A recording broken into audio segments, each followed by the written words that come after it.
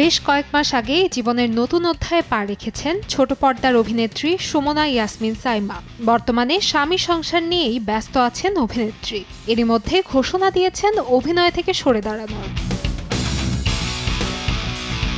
সম্প্রতি এক ভিডিও বার্তায় মিডিয়া ছাড়ার ঘোষণা দেন সাইমা। পাশাপাশি মিডিয়া সংশ্লিষ্ট কোনো কাজের প্রস্তাব নিয়ে যোগাযোগ না করার অনুরোধও জানিয়েছেন তিনি।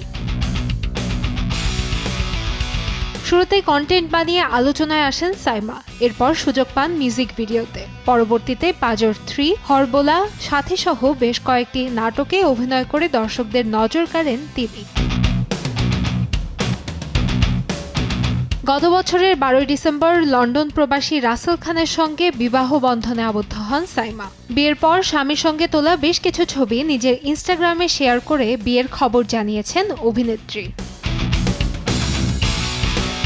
কান্তাময়ী স্নেহা, সময় সংবাদ, ঢাকা।